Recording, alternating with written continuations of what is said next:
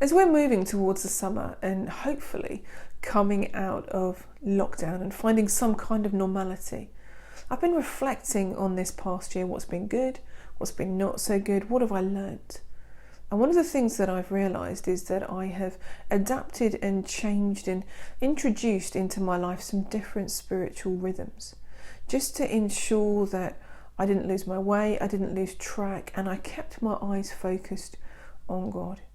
And throughout this year, there's been a passage that's been really quite significant in challenging me and encouraging me to do that. It's a passage that many of us will have heard of before. It's a conversation that Jesus has with people who are trying to undermine him and to catch him out. And we find it in Mark's Gospel, Mark 12, 28 to 31. One of the teachers of the law came and heard them debating. Noticing that Jesus had given them a good answer, he asked him, "Of all the commandments, which is the most important?" "The most important one," answered Jesus, "is this. Hear, O Israel, the Lord our God, the Lord is one. Love the Lord your God with all your heart, and with all your soul, and with all your mind, and with all your strength. The second is this. Love your neighbour as yourself. There is no commandment greater than these." Many of us will be very familiar with these words. Love God, put God first, have him at the centre of everything that we do, and then love our neighbour. The importance of everything in our lives coming from this place of intimacy, this place of connectedness with God. And we see that reflected in Jesus as well, that when he talked about his life and his ministry, the things that he did, he said, I don't do them. He didn't say, I don't do them in my own strength and I don't do them without the Father. He talked about there being this connectedness between him and the Father, and that he didn't do his own thing, but he did what he saw his Father doing. John chapter 5, 19 to 21, Jesus says this. The Son can do nothing by himself. He can do only what he sees his Father doing, because whatever the Father does, the Son also does. For the Father loves the Son and shows him all he does. Yes, and he will show him even greater works than these, so that you will be amazed. For just as the Father raises the dead and gives them life, even so the Son gives life to whom he is pleased to give it. So again, for me, these two passages are talking about me and my life. If I want to be fruitful, if I want to reach out, if I want to save the lost, that is my heart, that is my passion. I want to see people come to know Jesus.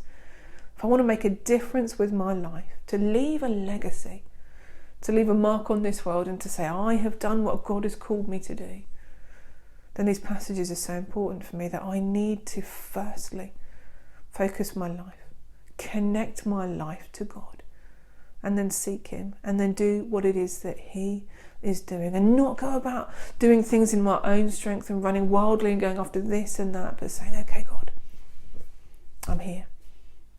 I want you at the centre of my life.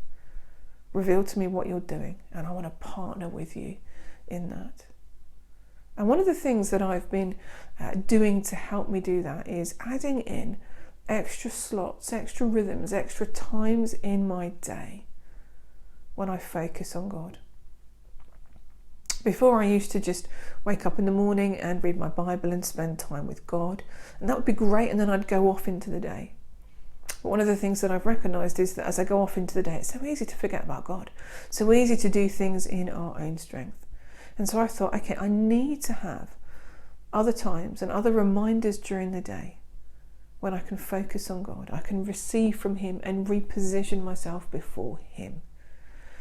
Now, I don't have breakfast in the morning, and so lunch has become the meal that I really look forward to. I love it. It's absolutely fantastic. And so I thought, okay, lunch is a non-negotiable for me. I'm never not going to eat lunch unless I'm fasting for the day, which I sometimes do. But I thought, okay, that is a solid thing in my life. I am always going to eat lunch. So let's build in some time with God around that. And so I've got a book by Pete Scazzero, and it's called The Daily Office. And in it, each day there are a couple of reflections that He has written. And so my routine in the day is to still have my quiet time in the morning. But before I have lunch, I will take myself away from my work or whatever it is that I'm doing, and I will find a quiet place. And I will pick up this book and I will look at the first of the reflections. The first thing he encourages us to do is just to be still and to be quiet before God for 2 minutes. And for me, that is great. That my heart rate begins to go down and I begin to breathe and just begin to focus upon God and invite Him to meet with me. Then there's a short passage, it's about 4 or 5 verses to read. And then I just quietly read that through 2 or 3 times, just trying to take it in, trying to work out what it says. And then it asks 3 or 4 questions about that passage, about our own spirituality, about our own lives, about leadership and areas of responsibility that we have. And so I reflect on those questions. And then he's written a prayer at the end that just sums it all up and helps us to bring it back to God. So I pray that prayer and anything else that has come up as a result of that. And then he says, just spend 2 more minutes in silence with God. Rather than rushing away and thinking, right, I've done it, into the next thing. It's like, sit with it. Just let it percolate. Just let it sit with you. Breathe it in. For me, I found that an incredibly helpful rhythm. Sometimes I do the second one in the evening as well. But for me, it is saying, I want God to be at the centre of my life. I want to find ways that remind me, that prompt me, that help me to seek Him, to connect with Him, to enable me to see what He's doing and to partner with Him. I want to encourage you to maybe think about what are some of the rhythms that you found helpful, to keep on going with them.